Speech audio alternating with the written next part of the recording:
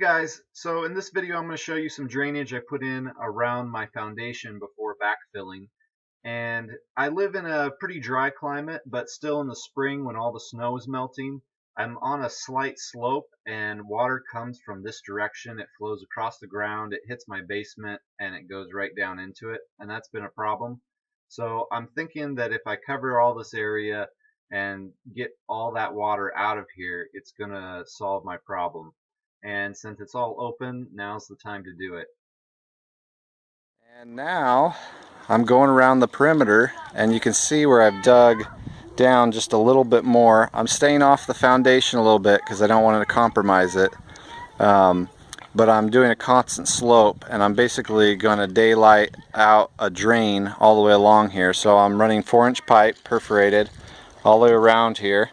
But before I lay the pipe, I put on a 1/8 inch drop for every foot into the dirt, and then I've laid down this not plastic, but this is like the weed cloth. What do they call it? I don't know. You guys know this stuff. So anyway, these little anchor wires that go through the concrete that they used to hold their forms on work perfectly to hook on that cloth. Now I'll be able to take the tractor and dump my 1-inch to 1.5 inch drain rock in here, and I'll put in about 1 inch in here, and then I'll lay my pipe on top of it, make sure my slope's all correct, and run that perf pipe out. Then I'll build up a little bit, and we'll put on another 4-inch pipe that's non-perf that will connect to all my downspouts, and that'll also have a 1/8 inch to every foot drop until it gets to daylight. So it'll be good. Now this is what it looks like. I've laid my pipe in the trench. Then I've dumped in some gravel, slowly made sure my pipe was level, lifted up on my pipe as necessary to get to grade, and then dump more gravel on, fold it up like a burrito. I'd highly recommend you get like 8 foot wide, depending on how deep your trench is, or use 2 pieces, because I'd really like to bring this gravel up a little higher, but the fabric just isn't long enough, and it gets kind of scrunched up when you dump into it, so you lose a little bit of fabric that way. But I'll dump about 1 foot of drain rock on top of here, so that it looks like this over here, and then I'll have a few inches of dirt on top. So that should be good. We poured in place our own catch basins because we couldn't find any that were this deep.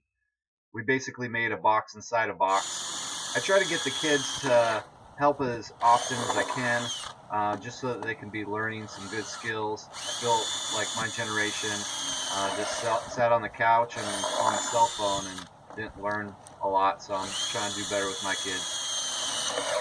How's it going, Ivan? Good. 1 inch of rock in here. Then I took a 4 foot level and I put a 1/2 inch block, so that gives me the 1/8 inch per foot of slope. So I put that block on one end of the level, so my level is showing that this is level, so it should be the proper slope. And then I'm gluing these pipe together with this red hot. I like it because you don't have to put on a primer and then the glue. You can just, it's one step. It costs a little bit more, but hey, saves a lot of time. On these pipes, I'm putting the holes down. That's the proper way to do it. And on this pipe, I went with the SDR 35. It's actually sewer pipe, and it's a little bit beefier.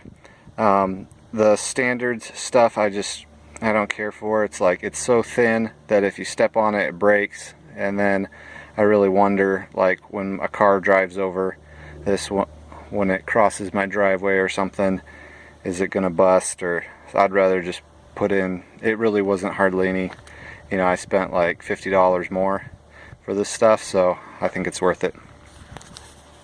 So I have a tip Instead of putting an inch of gravel down, trying to smooth it out, and then laying your pipe on top of it, what happens, the problem with that is you lay your pipe on top and it ends up being a little high, and it's just terrible digging out this gravel from underneath the pipe. A lot of work. So the better way to do it is like I'm doing here. Lay your pipe in first, get it all glued up, and then dump your gravel on top of it.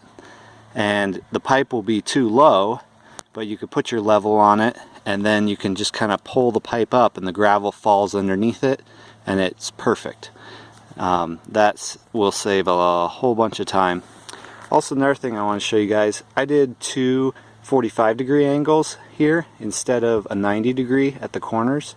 And the reason I did this, in case I want to run like a roto rooter, you know what I'm saying.